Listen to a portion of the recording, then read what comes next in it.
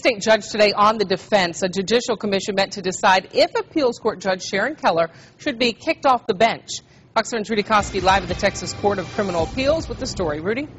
Hi, Loriana. An announcement regarding any possible decision has not been announced at this time, but it was argued earlier today that the charge against Judge Sharon Keller is an effort by anti-death penalty groups to get an elected pro-death penalty judge off the bench. Now, members of a special commission tried to get beyond the politics of that issue today and determine if indeed Judge Keller has hurt the judicial process. Judge Sharon Keller arrived wearing a white dress suit for her hearing before the State Commission on Judicial Conduct. While she had little to say, others were quite vocal. She is unfit to sit on the bench. Outside of the Reagan office building where the hearing was taking place, a small group of protesters made it clear they want Keller out. She has irreparably harmed the reputation of the Texas Judiciary system. While the protesters walked the sidewalk inside, members of the State Judicial Commission heard from lead examiner Mike McKetta. As a special prosecutor, he said Judge Keller let personal beliefs impede justice. And when she says this is a fiction and Orwellian and that she's right and should do the same thing again, there is a serious problem.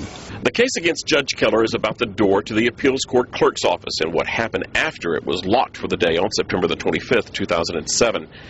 Keller is accused of preventing the defense team for convicted murderer Michael Richard from filing a motion to delay his execution, an accusation she denies. Commissioners were told that the clerk's office has never been kept open after 5 o'clock on execution days. That's because there are ways to file motions and appeals after business hours. Richard's attorneys have stated that they wanted the clerk's office to stay open late because their computers had crashed and needed extra time.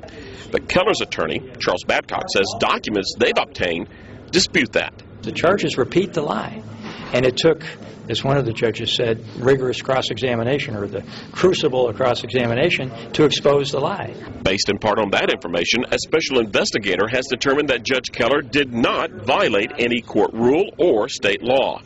It's recommended that the commission should drop all charges. And while that was debated, the judge returned to her office in the appeals court building.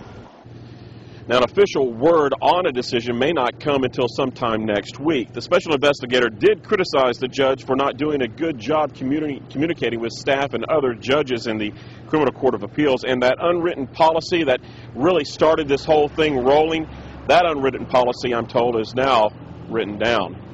Reporting live, Rudy Koski, Fox 7 News Edge.